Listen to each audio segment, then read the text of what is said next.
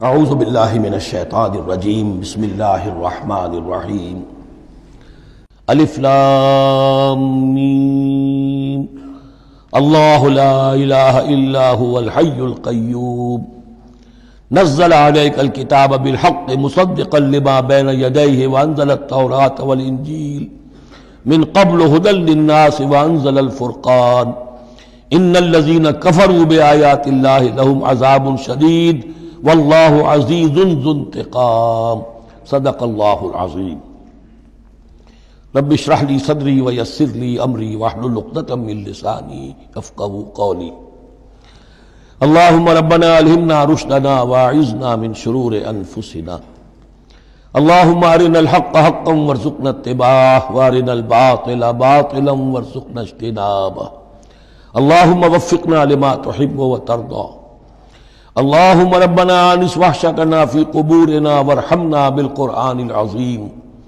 اللہم اجعلہ لنا اماما ونورا وہدا ورحمہ اللہم ذکرنا منہ ما نسینا وعلمنا منہ ما جہلنا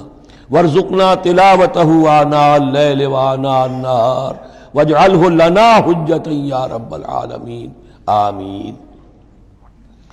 الف لام میم یہ حروف مقطعات ہیں جن کے بارے میں اجمالی گفتگو سورہ بقرہ کے آغاز میں ہم کر چکے ہیں۔ اللہ لا الہ الا هو الحی القیوم یہ الفاظ آیت الکرسی کے آغاز میں سورہ بقرہ میں آ چکے ہیں۔ ایک بات نوٹ کر لیجئے کہ ایک حدیث میں آتا ہے کہ اللہ کا ایک اسم اعظم ہے کہ جس کے حوالے سے اگر کوئی چیز اللہ سے مانگی جائے تو وہ ضرور دیتا ہے،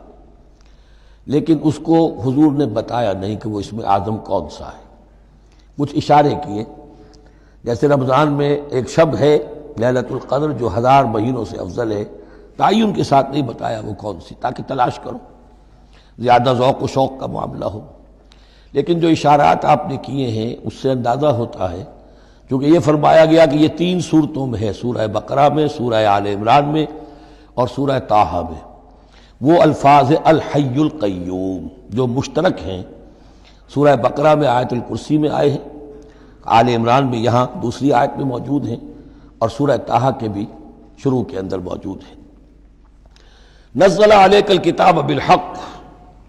اس نے نازل فرمائی ہے، اس اللہ نے جس کے سوا کوئی معبود نہیں، جو الحی ہے القیوم ہے۔ اس میں اشارہ ہو رہا ہے اس کلام کی عظمت کی طرف کہ جان لو یہ کلام کس کا ہے، کس نے اتارا ہے۔ نزل علیک الکتاب بالحق، اس نے نازل فرمائی ہے یہ کتاب اے نبی آپ پر حق کے ساتھ، اور یہاں نوٹ کیجیے نزلہ ہے، نزل ینزل تنزیلا، انزلہ نہیں آیا ہے۔ مصدقا لما بین یدیہ، اور یہ تصدیق کرتے ہوئے آئی ہے اس کی جو اس کے سامنے موجود ہے، تورات اور انجیل۔ اور یہ کہ 2 اعتبارات سے تصدیق ہے کہ یہ قرآن تصدیق کرتا ہے ان کی کہ وہ اللہ کی کتابیں تھیں جن میں تحریف ہو گئی، لیکن یہ کہ قرآن اور حضور مصداق بن کر آئے ہیں ان پیشین گوئیوں کا جو ان کتابوں میں تھی۔ وَأَنزَلَ التَّوْرَاةَ وَالْإِنْجِيلَ مِنْ قَبْلُ هُدًى لِلنَّاسِ، اسی طرح اللہ نے اس سے پہلے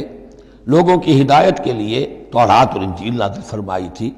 وَأَنزَلَ الْفُرْقَانَ، اور اللہ نے فرقان اتارا۔ فرقان قرآن مجید کے لیے بھی ہے، فرقان تورات کے لیے بھی ہے، فرقان معجزات کے لیے بھی ہے۔ ہر وہ شے یوم الفرقان ہم سورہ انفال میں پڑھیں گے، غزوہ بدر کے دن کو کہا گیا، جو شے بالکل مبرہن کر دے حق و باطل کے مابین امتیاز قائم کر دے وہ فرقان ہے۔ لیکن یہاں اب تہدید کا انداز ہے، دھمکی کا انداز ہے۔ ان الذین کفروا بآیات اللہ، یہ دنیا کی دوسری کتابوں کا معاملہ نہ سمجھو کہ اسے مان لیا تب بھی کوئی حرج نہیں، نہیں مانا تب بھی کوئی حرج نہیں، اگر پڑھنے پر طبیعت راغب ہوئی تو بھی کوئی بات نہیں، نہیں راغب ہے تو مت پڑھو، کوئی الزام نہیں۔ یہ کتاب ویسی نہیں ہے، بلکہ یہ کتاب تو اب اگر نہیں مانو گے، ایمان نہیں لاؤ گے تو ان الذین کفروا بآیات اللہ لہم عذاب شدید، تو ان کے لیے بہت سخت سزا ہوگی۔ واللہ عزیز ذو انتقام، اور اللہ تعالیٰ زبردست ہے، انتقام لینے والا ہے۔ یہ لفظ بہت اہم ہے کہ اللہ تعالیٰ جہاں رؤوف ہے، رحیم ہے، شفیق ہے، غفور ہے، ستار ہے، لیکن ساتھ ہی شدید ذو انتقام بھی ہے، عزوز ذو انتقام بھی ہے، شدید العقاب بھی ہے۔ یہ دونوں شانیں اللہ کی ذہن میں رہنی چاہیے۔